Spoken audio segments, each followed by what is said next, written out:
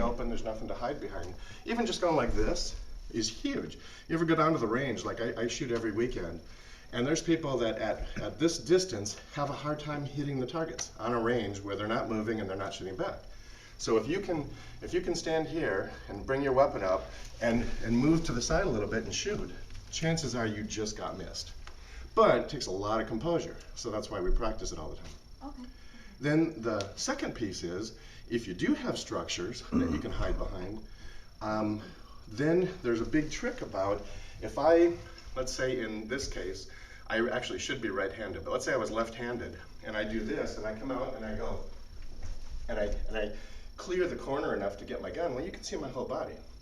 But if I put the gun in the other hand, and I do that, all you should be able to see is the barrel, maybe a little of my hand, and my eye.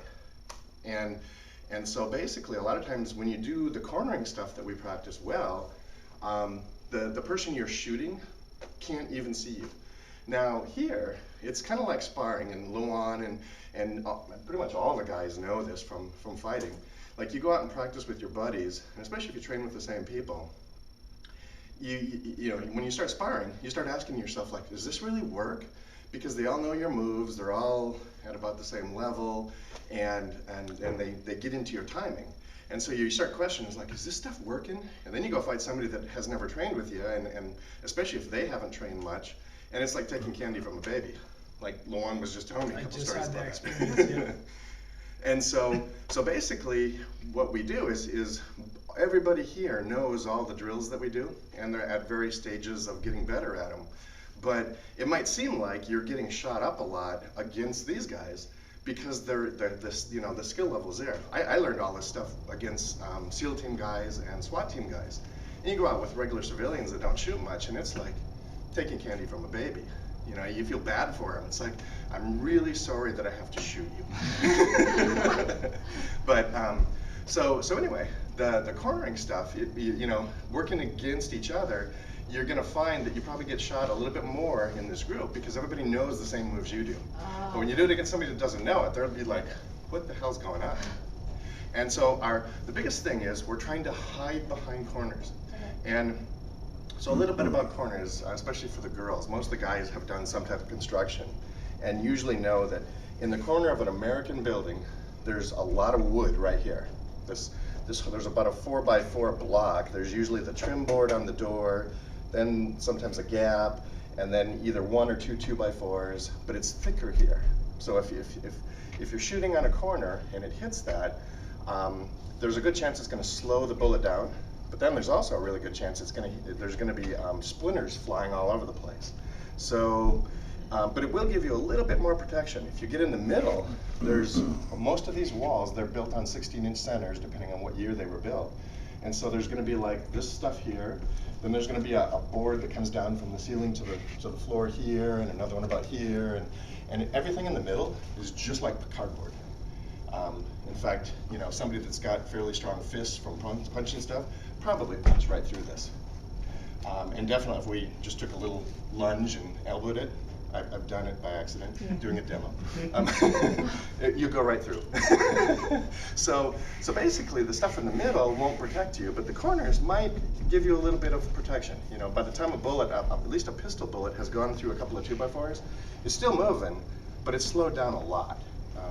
And so our cornering stuff, you're going to get, it's about your best bet, you know, because your other option is to just like stand out in the open and shoot it out and hope that, you know, you get more bullets than they do. So anyway, the next thing we do is that kind of the bad stuff. You know, back in the 80s, they used to have a whole bunch of these movies where the cops would be like,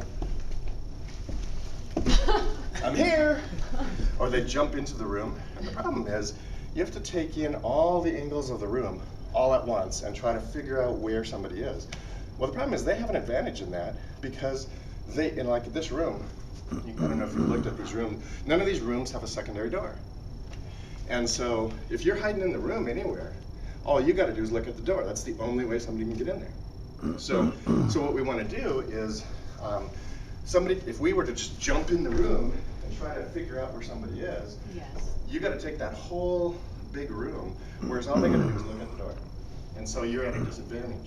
Now, if we can take a piece of the room, and this technique has been around for 30 years, what we do is we take the weapon in our hand, and we pick the hand that's going to keep our body behind the wall the best. And then we lean out and we take a look, and take a little tiny bite, maybe 10, 15 degrees. And we go, is anybody in there? And if there is, we've got a number of choices. That's where a lot of the other techniques come in. But if there's not, we go, okay, I'm going to step up and own that. Take the next one, step up and own that. Next, own it, next, own it. You get to the point where there's this little tiny slice where somebody, especially somebody thin, it works really well, could be standing back, all the way back in that deep corner, or anywhere along the wall here. And they can be really hard to find. And so you have this last place where you actually kind of got to stick your head in the room a little bit. But we want to do it with really good form so that if we see somebody there, and they got their gun lined up right on us, we can get back out of there when they start shooting. But that's the basic technique. And then there's, how should we look at this? Maybe 15, 20 other advanced techniques that you can do once you learn the basics. Sounds about right. Something like that. I've never actually sat and counted like all the permutations, but there's a whole bunch of moves that you can do once you know the basics and get that. So then the other thing is the next concept is, this would be like a left-handed corner. You saw me, I was pretending to hold a gun in my left hand because that lets me keep my body nice and ergonomic, in the sense that if I go like this, and then you see some of the guys doing it, they don't want to switch hands, so they'll hold the gun in their right hand, and then they have kind of doing stuff like this. That's fine if you have like one room you have to clear. We used to clear ships and whole buildings like the one we're in, and those little muscles on your side, they're just not in that great a shape compared to the really strong ones in your back and your upper back and your legs. You can sit and do this move all day long, and it's just like the squats you do in the gym. So basically what you want to think about is all day long, yeah. A lot longer than you can lean over. A lot longer than you can lean. And if you can't get enough out of your own legs, for $2,000 I can there make you it there. Just to get my little But anyway, that what we're trying to do is be really ergonomic in how we move, and most of these guys have been into martial arts, and so you'll see them like John and Don especially. You can really see their martial art come out when they do this, because they kind of weight one leg, which is what they do in their martial art, and really there is no exact form. The only rule, not even a rule, the idea is keep as much of your body hidden as possible, and then keep your body ergonomic behind the wall. So anything that's going to line you up where your knees are going in the direction of that you're bending, and your weight is basically moving just like you would be doing a squat. You want to keep your back, your shoulders up nice and square, your back nice and square. Every once in a while we get somebody that comes in and they're not very physical and they'll have their knees turned in or something. It's like you want to try to find that nice solid squat position, because as long as you could do any move, that's the one you'd probably be able to do the most, because you're using the strongest muscles in your body. So anyway, ergonomic, picking the hand. If we were going to do this room, then we would switch hands, go right-handed, and for this room, like frequently try to take it from this direction, and then we would do exactly the same thing here. And for now, that's like all I'm going to show you. We'll just sit and practice. There's, once you get that move down and you don't have to think about it anymore, there's a lot of nuances that you can do, and I'm not even going to like fill your mind up. But later, once you have it down, and you keep coming back, if you like this, it's just like a martial art. Every time you learn a single move, just assume that you don't know all the pieces of it, and then 6 months, a month, 6 months, a year, 2 years later, somebody might come and tap you and go, okay, you got that, I'm pretty good. Let me show you the next piece of it. So, all of this stuff is just like a martial art, and then it builds that way.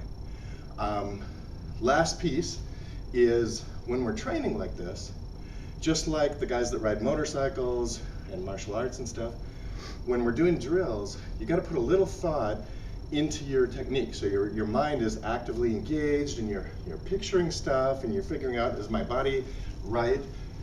But then when later, and this is why we do the sparring type drill where we have the team go against somebody, what you want to do is shut all of that off as much as you can, go into a zone or a Zen state. All the different martial arts call it something different, but it's from what I can tell, they're almost all describing a very similar thing, which is to have your mind completely clear. And the reason for that is that if you notice, if you visualize stuff in your mind, the visualization actually overrides what you're seeing. If you hear your voice in your head talking to yourself, you're actually overriding sounds that are coming in through your ears. If you are purposely causing yourself to feel things, you're overriding feeling that's coming from your body. There's like, it's really funny how our minds work in that there's like two different types of, it's either internal or external information, but there's only one channel. And so you got to pick how you're going to use the channel. If you block it, like I was starting to tell this story last time, but there just wasn't time. We had one of our guys back with Combative Concepts.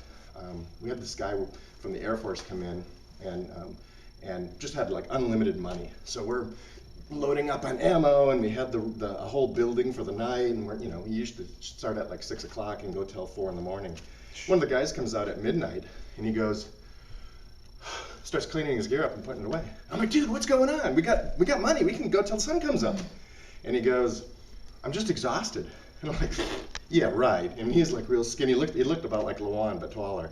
And I'm like, he goes, no, like mentally exhausted. I'm like, from what? And we didn't have time to talk, but I talked him into continuing to train. I think I said something about hitting him. But anyway, after that, I started asking him, I'm like, what do you do that makes you tired? And he goes, well, when I approach the door, I'm thinking like, well, there could be somebody there, and there could be somebody there, and I'm picturing it all, maybe somebody hiding in the ceiling, or they're laying on the floor, and I'm picturing all this stuff, and it's just really tiring. And I'm like, I don't do any of that.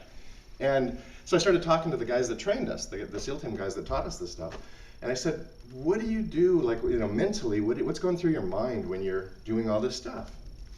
And the guy who was the best at it, who actually invented this whole system, he looks at me and he goes,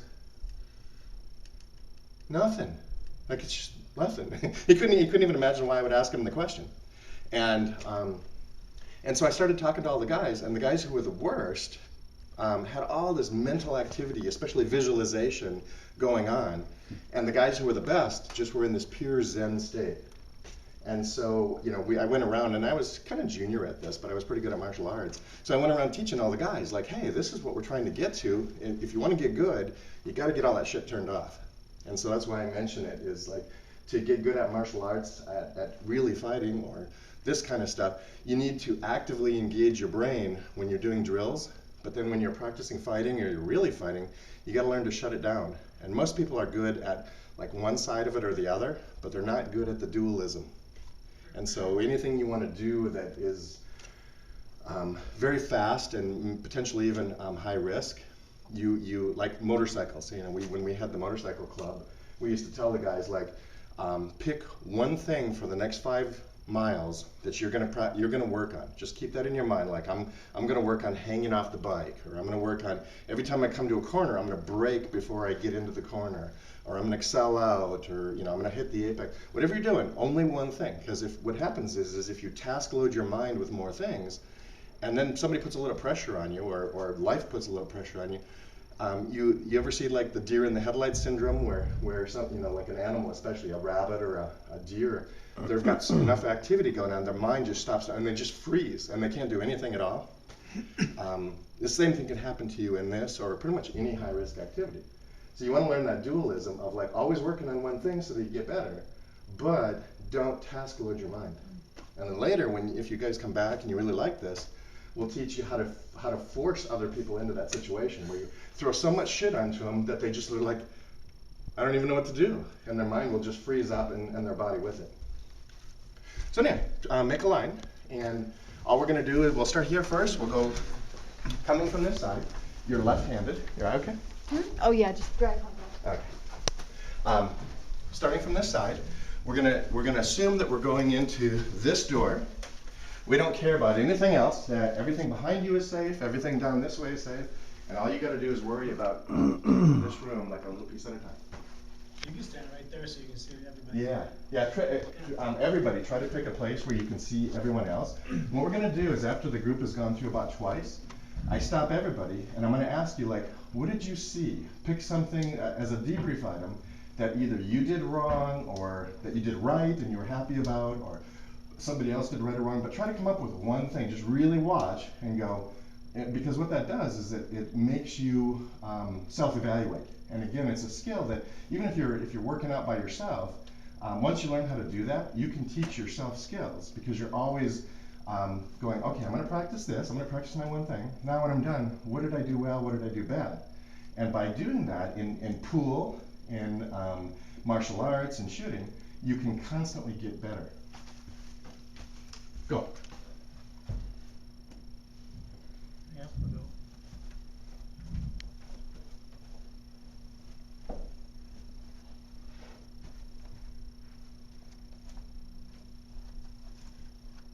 Nice, really nice.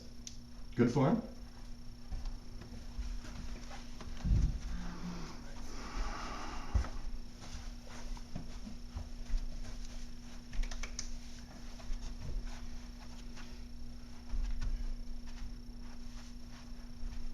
Nice. Simulated gun in the right hand or left? That would, your body would be hanging out more than the gun. Do you change hands? If you don't, then you're fine. No, I do. Okay, then you're okay. So this is correct, right? Yeah.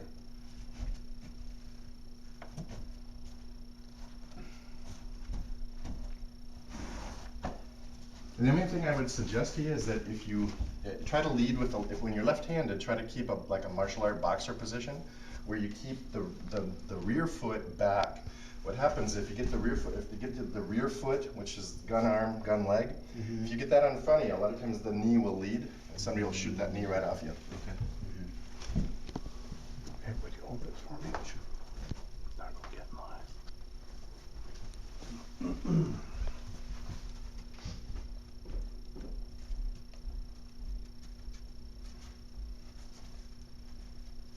Nice, nice. Very nice. I feel weird.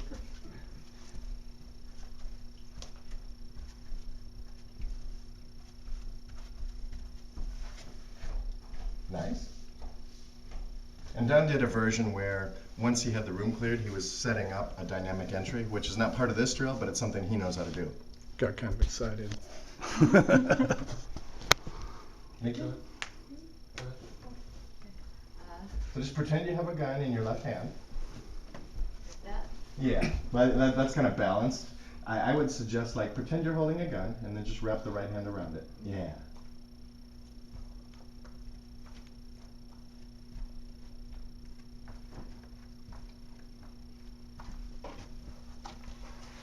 Good first start. Yeah, look good. Really good, and you're gonna get way better.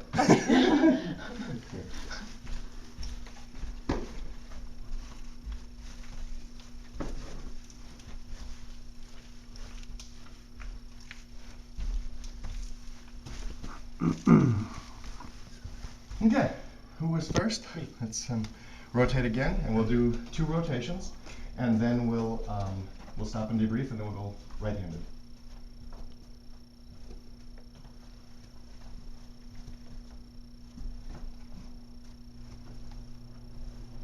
Really nice, and it looks smoother than last time. Yeah, because I had my wrong foot forward. Oh.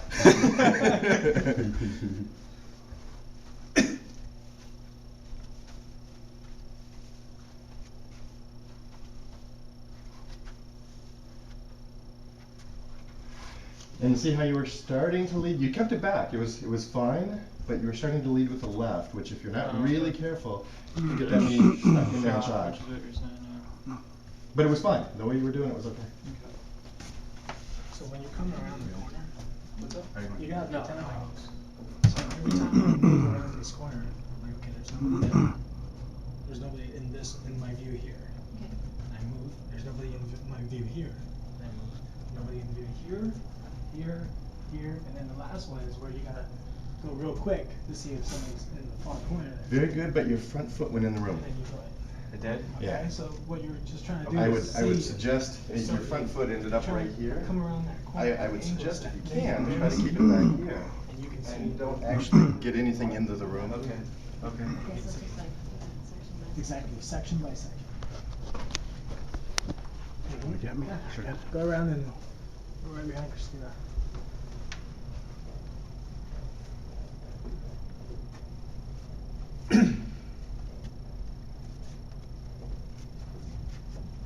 Nice, really nice. You got that dance cadence. And she's so light, she can Yeah. keep all of her weight on one leg and it doesn't bother her a bit. Very nice. Switch your feet so that you, yeah, yep, exactly. So we would be left-handed with the gun, but right leg forward. See how your left leg is always trying to get in front?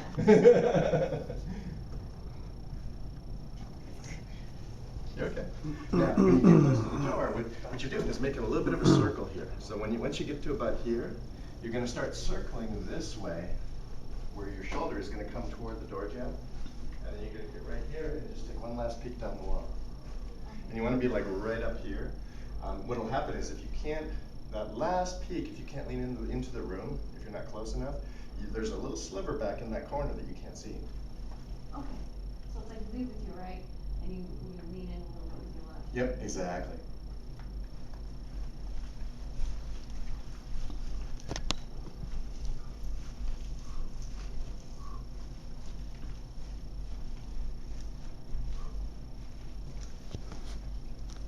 Okay, that's everybody's done too, right? Mm-hmm. All right, come on over here.